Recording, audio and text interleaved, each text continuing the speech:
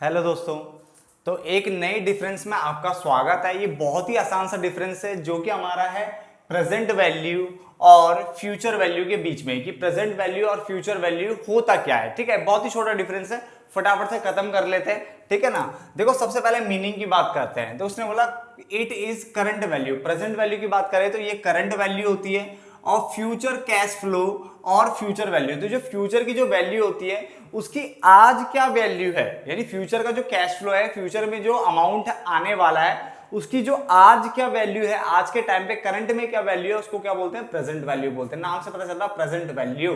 तो present value is current value of future cash flow. तो future का जो कैश फ्लो है उसकी प्रेजेंट में क्या वैल्यू है उसको क्या बोलते हैं, प्रेजेंट वैल्यू बोलते हैं। जबकि फ्यूचर वैल्यू क्या होता है, इसकी अगर हम बात करें तो it is the amount of money which will grow. ये वो अमाउंट होता है जो कि क्या होगा, ग्रो होगा, यानी बढ़ेगा। कैसे, over a period of time, यानी जैसे जैसे टाइम बीतेगा ये अमाउंट बढ़ता चला जाएगा विद सिंपल और कंपाउंडेड इंटरेस्ट। यानी आपने देखा होगा, आप एफडी कराते हो, ठीक है ना, तो उसमें ना इंटरेस्ट लगते लगते लगते अमाउंट, यानी आज अगर आप 1 लाख लगाते हो तो फ्यूचर में कितना मिलेगा वो होता है फ्यूचर वैल्यू। बात को समझो, फ्यूचर का पैसे की आज का वैल्यू है वो है प्रेजेंट वैल्यू, और आज अगर मैं 1 लाख लगाता हूं तो फ्यूचर में कितना मिलेगा वो है फ्यूचर वैल्यू। बात समझ में आ रहा है। तो उसने बोला प्रेजेंट वैल्यू क्या होता है, it is current value of future cash flow और फ्यूचर वैल्यू। जबकि फ्यूचर वैल्यू क्या होता है, it is the amount of money which will grow over a period of time with simple interest के साथ हो सकता है या कंपाउंडेड इंटरेस्ट, मतलब जो इंटरेस्ट के ऊपर इंटरेस्ट मिलता है। क्लियर हो गया।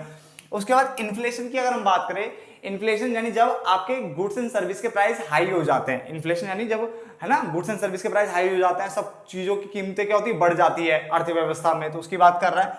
तो फॉर द प्रेजेंट वैल्यू, यानी प्रेजेंट वैल्यू के लिए इन्फ्लेशन को कंसीडर करते हैं, यानी इन्फ्लेशन को ध्यान दिया जाता है, इन्फ्लेशन के ऊपर ध्यान देते हैं, इन्फ्लेशन को कंसीडर किया जाता है।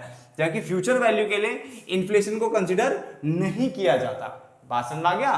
तो फ्यूचर वैल्यू के लिए इन्फ्लेशन को कंसीडर नहीं किया जाता है। आगे चलते हैं। रेट्स एप्लीकेबल, कौन कौन से रेट्स एप्लीकेबल होते हैं। तो व्हाइल कैलकुलेटिंग प्रेजेंट वैल्यू, जब प्रेजेंट वैल्यू को कैलकुलेट किया जाता है तो बोथ डिस्काउंट रेट और इंटरेस्ट रेट दोनों को ही आर टेकन इनटू अकाउंट। तो डिस्काउंट रेट और इंटरेस्ट रेट दोनों को ही यहां पे ध्यान दिया जाता है। जबकि जब फ्यूचर वैल्यू को कैलकुलेट किया जाता है तो सिर्फ और सिर्फ इंटरेस्ट रेट को ही ध्यान में दिया जाता है, क्योंकि हम जब भी पैसा बैंक में जमा करवाते हैं या कोई एफडी करवाते हैं तो सिर्फ हम इंटरेस्ट रेट को ध्यान में रखते हैं। बात समझ आ गया ना। तो इसकी बात कर रहा हूं, तो 3 पॉइंट तो आपको समझ में आ गया होगा। प्रेजेंट वैल्यू क्या है, ये करंट वैल्यू की बात कर रहा है, फ्यूचर के कैश फ्लो की, तो फ्यूचर में जो पैसा आने वाला है उसकी आज क्या वैल्यू है वो है प्रेजेंट वैल्यू। और आज के अमाउंट को अगर मैं फ्यूचर में मुझे कितना मिलेगा, अगर आज मैं 1 लाख लगाता हूं तो फ्यूचर में कितना मिलेगा वो हमारा फ्यूचर वैल्यू, यानी it is the amount of money which will grow over period of time with simple और कंपाउंडेड इंटरेस्ट। उसके बाद अगर इन्फ्लेशन की बात करें तो यहाँ पे इन्फ्लेशन को कंसीडर करते हैं, यहाँ पे इन्फ्लेशन को कंसीडर नहीं करते हैं। इसमें अगर हम रेट्स की बात करें तो दोनों डिस्काउंट रेट और इंटरेस्ट रेट दोनों आते हैं। इसमें हमारा सिर्फ और सिर्फ इंटरेस्ट रेट आता है। समझ में आ गए 3 पॉइंट। चौथा पॉइंट देखते हैं। कॉन्सेप्ट की बात करें तो मेनली अगर तुमने इसको गोला भी मारा है कि अच्छी बात बता रहा है कि what amount should we invest, मैं कितना अमाउंट इन्वेस्ट करूं today to get a specific amount in future. मैं कितना अमाउंट इन्वेस्ट करूं टुडे कि मैं इतना अमाउंट फ्यूचर में प्राप्त कर लूं, यानी फ्यूचर में मुझे 50 लाख रुपए चाहिए, तो 50 लाख रुपए फ्यूचर में चाहिए, तो आज मैं कितना, तो 50 लाख के लिए आज कितना अमाउंट इन्वेस्ट करूं, तो फ्यूचर के 50 लाख के लिए आज की वैल्यू निकाल रहा हूं ना मैं, तो उसको बोलते हैं प्रेजेंट वैल्यू। यानी 50 लाख, यानी फ्यूचर के अमाउंट में, फ्यूचर में मुझे कितना चाहिए 50, तो 50 लाख पाने के लिए आज कितना इन्वेस्ट करूं, तो वो हमारा प्रेजेंट वैल्यू है। और इसमें if we invest some money today, अगर मैं कुछ मनी आज इन्वेस्ट करता हूं, सपोज करो मैंने 1 लाख रुपए इन्वेस्ट करा, तो what will be the amount we get at future date, तो फ्यूचर में मुझे कितना मिलेगा, तो वो हो गया मेरा फ्यूचर वैल्यू।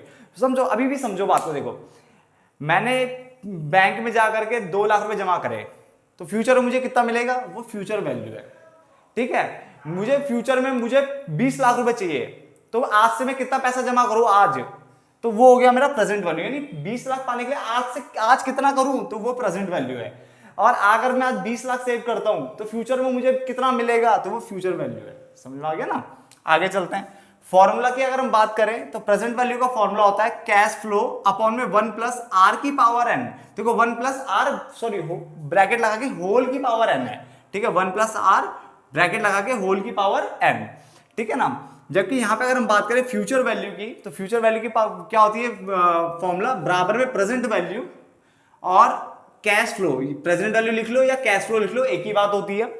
और ब्रैकेट में यहाँ पे मल्टीप्लाई होता है 1 प्लस आर की होल, या फिर ब्रैकेट बंद कर देगा फिर उसकी पावर n है। तो समझो देखो हो क्या रहा है, प्रेजेंट वैल्यू निकालने के लिए डिवाइड करते हैं, प्रेजेंट वैल्यू निकालने के लिए जो कैश फ्लो होता है, कौन सा कैश फ्लो है ये, फ्यूचर का कैश फ्लो है, तो फ्यूचर के कैश फ्लो को 1 प्लस आर फिर ब्रैकेट बंद की पावर n से डिवाइड करते हैं। और फ्यूचर का कैश फ्लो निकालने के लिए इसको उधर जाके मल्टीप्लाई कर दो, तो प्रेजेंट वैल्यू के साथ 1 प्लस आर की पावर जो है ब्रैकेट लगा के 1 n किया है उसको मल्टीप्लाई कर दो। तो अगर हम प्रेजेंट वैल्यू निकाल रहे हैं तो इस कैश फ्लो का मतलब फ्यूचर कैश फ्लो है, बात को समझना, ये फ्यूचर कैश फ्लो है। अगर प्रेजेंट वैल्यू निकाल रहे हैं तो फ्यूचर कैश फ्लो अपॉन में 1 प्लस आर ब्रैकेट बंद करके n है। और अगर फ्यूचर वैल्यू निकाल रहे हो तो प्रेजेंट वैल्यू, ये प्रेजेंट वैल्यू है, कैश फ्लो का मतलब यहाँ पे फिर प्रेजेंट वैल्यू माना जाएगा इसके लिए, ये प्रेजेंट वैल्यू तो प्रेजेंट वैल्यू है यहाँ पे, समझ में आ गया। और 1 प्लस आर की पावर n, समझ में आ गया। ये फॉर्मूला होता है, फॉर्मूला डायरेक्टली रट भी सकते हो इस चीज के लिए। उसके बाद तो ऐसे सब याद रखना है, प्रेजेंट वैल्यू के लिए डिवाइड करते हैं और फ्यूचर वैल्यू के लिए मल्टीप्लाई करते हैं, समझ में आ गया। देन उसके बाद डिसीजन मेकिंग की बात करें तो present value very much important, यानी प्रेजेंट वैल्यू बहुत ज्यादा इंपॉर्टेंट माना जाता है डिसीजन मेकिंग पर्पस के लिए, ठीक है, for the investor, as it helps to decide whether to invest और नॉट, क्योंकि ये डिसाइड करता है, ये हेल्प करता है इन्वेस्टर्स की कि आपको इस चीज में इन्वेस्ट करना चाहिए या नहीं करना चाहिए। तो बहुत ज्यादा इंपॉर्टेंट होता है प्रेजेंट वैल्यू का कॉन्सेप्ट, इसके ऊपर आपको काफी ज्यादा पढ़ना भी पड़ता है, ठीक है। कैपिटल बजटिंग टेक्निक बोलो या इन्वेस्टमेंट डिसीजन वाले चैप्टर्स इसी में ही आते हैं भाई साहब, बहुत पढ़ना पड़ता है इसको, ठीक है। तो काफी इंपॉर्टेंट हो जाता है, बट ये लीस्ट कंसिडर्ड, ये ज्यादा इंपॉर्टेंट नहीं है। तो ये least considered by the investors, ये ज्यादा इंपॉर्टेंट नहीं माना जाता, ठीक है। Least considered by the investors in making investment decisions, यानी इन्वेस्टमेंट डिसीजन लेते वक्त इस पे ज्यादा ध्यान नहीं देता है ज्यादा इन्वेस्टर्स, ठीक है, बस लगा देता है पैसा, ठीक है, ज्यादा ध्यान नहीं देता, देता है बट ज्यादा नहीं, इस पे ज्यादा ध्यान देता है, याद रखना इस वाले पे। प्रोसेस या मेथड की अगर मैं बात करूं तो डिस्काउंटेड प्रोसेस होती है, ये डिस्काउंटेड प्रोसेस बोलो या डिस्काउंटेड मेथड इज फॉलोड, यहाँ पे डिस्काउंटेड मेथड फॉलो किया जाता है, जबकि यहाँ पे कैपिटलाइजेशन मेथड या कैपिटलाइजेशन प्रोसेस फॉलो की जाती है। कौन सा मेथड, कैपिटलाइजेशन प्रोसेस या कैपिटलाइजेशन मेथड यहाँ पे फॉलो किया जाता है। तो हमने यहाँ पे देखो कितने सारे पॉइंट्स हमने पढ़ लिए, हमने पॉइंट पढ़ा 1 2 3 4 5 6 7 पॉइंट पढ़े और सातों के सातों बहुत ज्यादा आसान है, ठीक है। फटाफट से इन्हें याद कर लो, ठीक है, फटाफट से नोट डाउन कर लो और ना घोल के ना पी लो, उन्हें घोल के फटाफट से पी लो, ठीक है, बहुत आसान से, ठीक है। चलो धन्यवाद दोस्तों।